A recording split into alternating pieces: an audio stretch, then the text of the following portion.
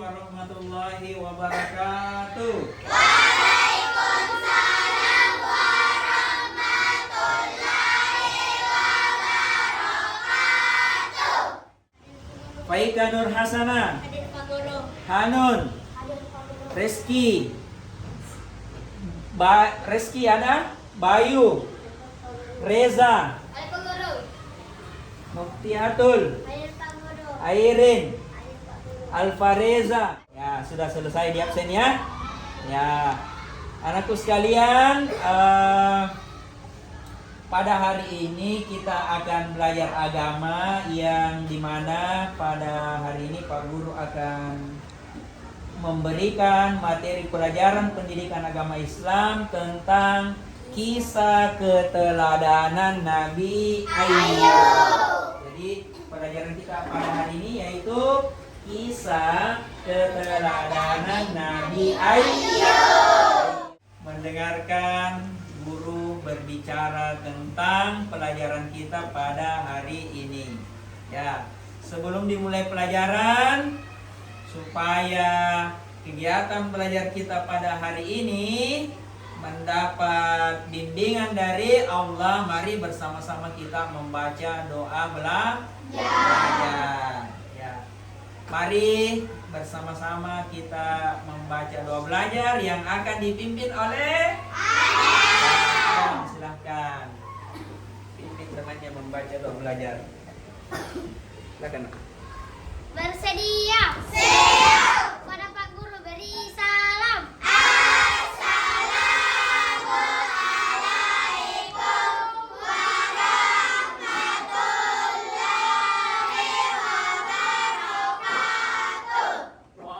Assalamualaikum warahmatullahi wabarakatuh. Waalaikumsalam warahmatullahi wabarakatuh. Bismillahirrahmanirrahim.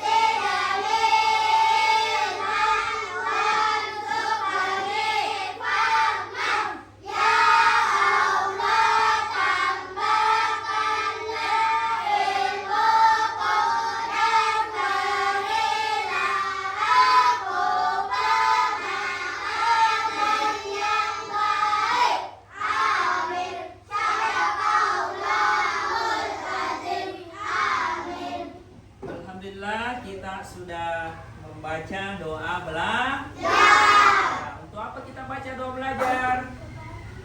Ya, supaya Allah memberikan kita kebenaran, Allah membimbing kita selama dalam kegiatan belajar. Belajar apa? Belajar pendidikan Islam. Ya. Masih ingat tidak? Apa lagi itu artinya hadas, nak? Hadas itu artinya sesuatu yang ada pada diri dan harus dibersihkan. Ya, jadi sekali lagi ya, hadas itu artinya sesuatu yang melekat pada diri dan harus dibersihkan. Hadas itu ada dua, ya. Terutama ketika kita mau sholat. Kenapa? Karena salah satu syarat diterimanya sholat kita yaitu diri kita harus dalam keadaan suci, dalam keadaan bersih. Bersih suci dari mana? Bersih atau suci dari hadas dan najis. Ya, ya. Hadas kecil itu contohnya apa?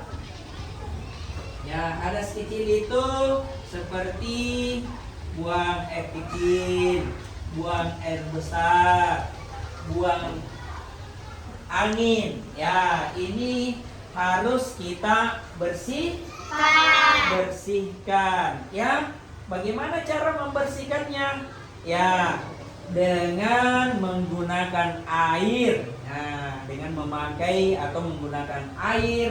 Nah, setelah itu kita berwudu, setelah itu baru langsung kita sholat. Nah, tadi ada hadas apa lagi selain hadas kecil? Ada yang dinamakan dengan hadas besar. Ya, hadas besar ini juga harus kita bersihkan. Ya, bagaimana cara kita membersihkan hadas besar ini? Dengan cara mandi. Biasa mandi semua? Biasa. Ya.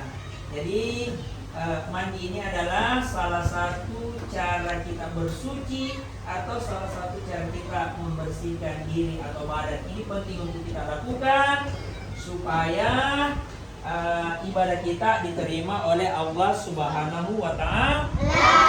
Baik teman-temanku sekalian, hari ini seperti yang Pak Guru sampaikan tadi, kita akan mempelajari pelajaran agama yang materinya apalagi? Kisah keteladanan Nabi Ayub. Nabi Ayub alaihissalam, kesabaran yang berbuah nikmat.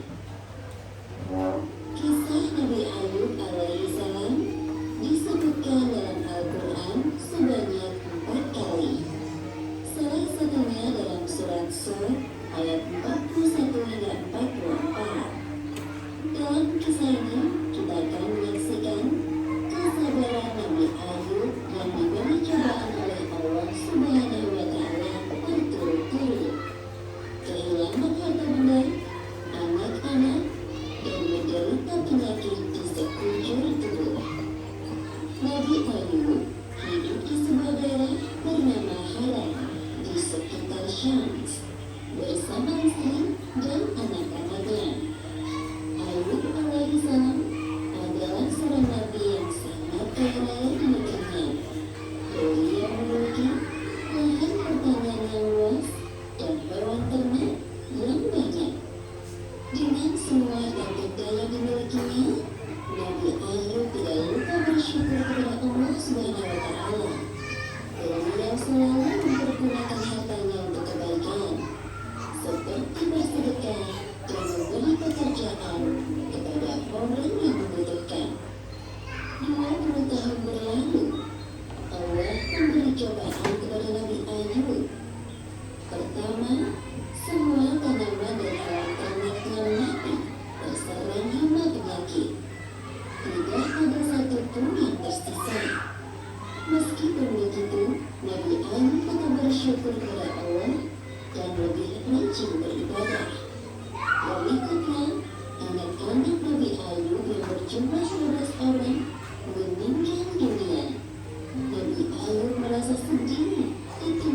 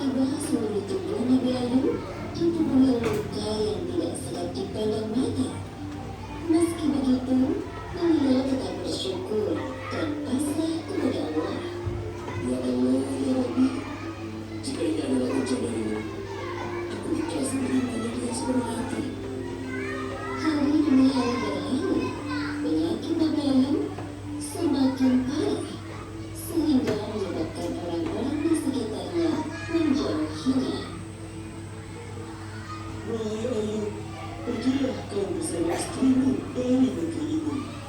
Setidaknya agar kamu tidak khawatir akan tertular penyakitmu. Mendengar hal itu, Nabi Ayub hanya diam dan tetap bersabar. Akhirnya, Nabi Ayub dan istrinya meninggalkan negeri itu dan tinggal di suatu tempat yang jauh dari pemukiman penduduk. 18 tahun berlalu, usia Nabi Ayub semakin bertambah lanjut dan mulai kesulitan dalam beraktivitas. Selain disebabkan karena usia, juga karena penyakitnya yang tak kunjung sembuh. Setiap hari Nabi Ayub selalu bersabar dan berikhtiar sampai semua hartanya habis. Hal itu menyebabkan Nabi Ayub dan istrinya hidup serba kekurangan.